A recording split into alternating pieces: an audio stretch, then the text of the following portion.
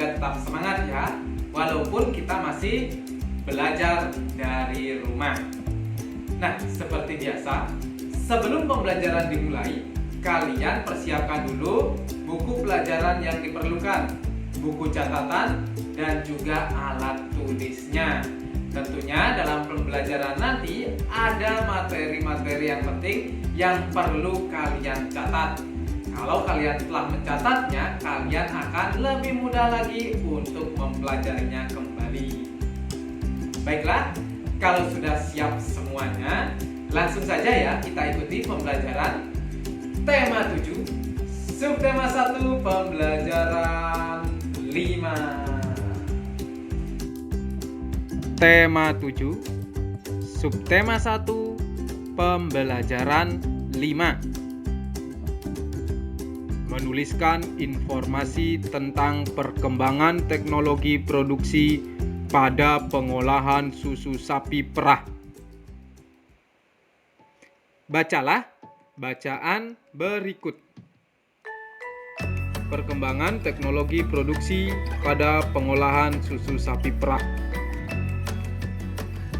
Perkembangan susu sapi perah di Indonesia sudah dimulai sejak tahun 1960-an. Pemerahan susu sapi dilakukan oleh para peternak yang dilakukan dengan cara tradisional. Pemerahan susu sapi tradisional dilakukan dengan cara memerah menggunakan tangan. Kemudian, susu sapi ditampung dalam ember lalu direbus. Seiring perkembangan teknologi, pemerahan susu sapi dilakukan secara modern. Pemerahan susu sapi menggunakan mesin pemerah susu sapi. Mesin pemerah susu dilengkapi alat seperti selang yang dipasang pada susu sapi dan langsung menyedot susu. Air susu ditampung lalu disterilisasi. Hingga kini, sterilisasi susu sapi dilakukan dengan cara ultra high temperature atau UHT.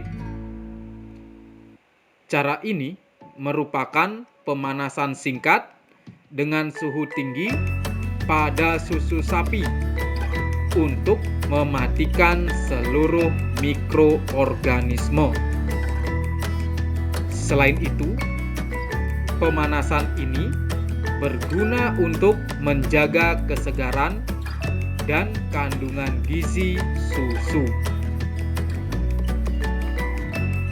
Pada bacaan, ada beberapa kata-kata sukar yang mungkin belum diketahui artinya. Untuk mengetahui arti dari kata-kata sukar, bisa dilihat pada Kamus Besar Bahasa Indonesia atau KBBI. Berikut beberapa contoh kata-kata sukar pada bacaan dan juga artinya. Tradisional artinya berdasarkan tradisi atau kebiasaan. Memerah artinya memeras supaya keluar air. Modern artinya terbaru. Sterilisasi artinya perlakuan untuk menjadikan suatu bahan atau benda bebas dari mikroorganisme atau spora. Mikroorganisme artinya makhluk hidup sangat kecil yang hanya dapat dilihat dengan mikroskop. Dapatkah kalian menentukan kalimat utama pada setiap paragraf dalam bacaan? Coba kalian tuliskan kalimat utama setiap paragraf dalam bacaan di buku catatan kalian. Menuliskan keberagaman buah kesukaan. Pada pembelajaran sebelumnya, kita telah mengetahui beberapa contoh makanan dan sayur kesukaan. Selain itu, ada juga buah kesukaan. Beberapa contoh buah kesukaan antara lain durian, apel, anggur, buah naga, dan manggis. Walaupun kita memiliki buah kesukaan yang berbeda dengan anggota keluarga atau teman, kita harus tetap rukun. Kita juga harus saling menghormati dan menghargai walaupun memiliki buah kesukaan berbeda. Kita juga harus tetap saling membantu. Menentukan volume dalam satuan tidak baku. Pernahkah kalian minum jus jeruk? Coba sekarang perhatikan gambar berikut. Dapatkah kalian menentukan volume jus jeruk pada gambar dalam satuan tidak baku? Jus jeruk dalam botol dituangkan ke dalam gelas. Jus dapat mengisi penuh 2 gelas. Artinya, volume jus jeruk dalam botol sama dengan volume jus jeruk 2 gelas. Coba perhatikan juga gambar berikut ini. Volume jus buah dalam botol sama dengan volume jus buah 3 gelas. Ya, itu tadi anak-anak pembelajaran kita kali ini. Tentunya kalian telah mengikuti pembelajaran tadi ya, dari awal hingga akhir pembelajaran. Jika kalian telah mengikutinya, tentunya kalian mengerti dan memahami apa saja yang telah kita pelajari tadi. Tadi itu kita telah mempelajari menuliskan informasi tentang perkembangan teknologi produksi pada pengolahan susu sapi perah. Nah, perkembangan teknologi produksi pada pengolahan susu sapi perah itu sudah ada pada bacaan tadi ya. Tadi pada pembelajaran ada bacaan. Itu menceritakan tentang perkembangan teknologi produksi pada pengolahan susu sapi perah. Nah, pada bacaan tersebut tentunya ada kata-kata sukar atau kata-kata yang belum diketahui artinya.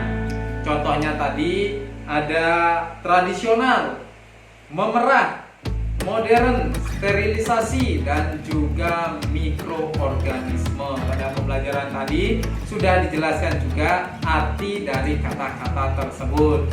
Kalian juga kalau menemukan kata bahasa Indonesia yang kalian belum mengerti atau mengetahui artinya, kalian bisa mencari artinya itu pada KBBI atau Kamus Besar Bahasa Indonesia.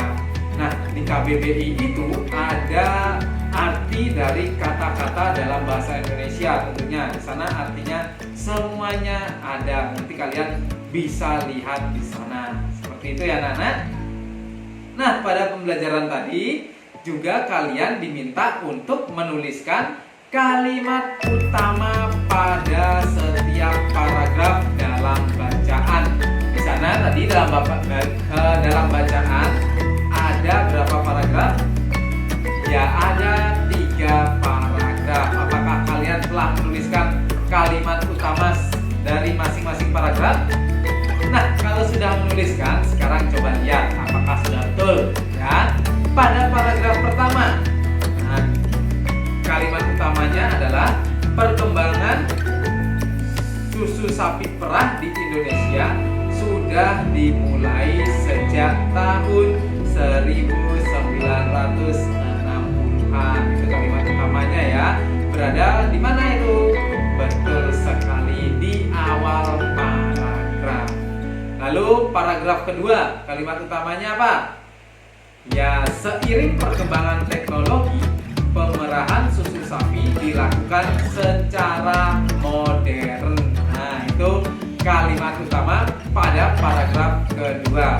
Lalu pada paragraf ketiga, kalimat utamanya adalah hingga kini sterilisasi susu sapi dilakukan dengan cara ultra high temperature atau UHT. Nah, itu ya. Apakah kalian telah tepat menuliskan kalimat utamanya dari masing-masing paragraf? Nah, kalau masih belum tepat, kalian bisa memperbaiki dulu. Nah, kalimat utama pada masing-masing paragraf itu berada di mana? Ya, semuanya berada di awal paragraf. Berarti itu termasuk paragraf apa? Betul sekali, paragraf deduktif. Seperti itu ya anak-anak. Baiklah, kita lanjutkan. Tadi itu kita juga telah mempelajari menuliskan keberagaman buah kesukaan. Tentunya kalian sendiri memiliki buah kesukaan. Contoh-contoh buah kesukaan juga ada banyak sekali. Pada pembelajaran tadi juga sudah ada beberapa contoh buah kesukaan. Nah, walaupun nanti kalian memiliki buah kesukaan berbeda dengan anggota keluarga atau teman kalian harus tetap bagaimana? Ia harus tetap rukun, saling menghormati dan menghargai, dan juga tetap saling membantu. Seperti itu ya anak-anak. Nah, tadi itu kita juga telah mempelajari tentang menentukan volume dalam satuan tidak baku. Misalnya tadi pada contoh pembelajaran ada 1 botol jus jeruk. Nah, jus jeruk itu dituangkan dalam botol itu ya, dituangkan ke dalam gelas. Nah, jus jeruk dalam botol itu dapat mengisi 2 gelas penuh. Nah, berarti 1 botol jus jeruk itu volumenya sama dengan 2 gelas jus jeruk tersebut. Itu ya, karena volumenya sama, 1 botol sama dengan 2 gelas. Seperti itu ya anak-anak. Berarti ya cara menentukan volume dalam satuan tidak baku. Ya, itu tadi anak-anak pembelajaran kita kali ini. Tidak bosan, Pak Oki mengingatkan kalian untuk selalu mematuhi protokol kesehatan seperti mengenakan masker, rajin mencuci tangan, hindari kerumunan, dan juga menjaga jarak. Tentunya nanti kalau kalian telah mematuhi protokol kesehatan itu, tubuh kalian akan terjaga kesehatannya hingga kalian dapat tetap melakukan aktivitas seperti biasa, seperti mengikuti pembelajaran. Baiklah anak-anak, pembelajaran kita cukup sampai di sini dulu. Nanti kita sambung lagi pada pembelajaran berikutnya. Sampai ketemu pada pembelajaran berikutnya.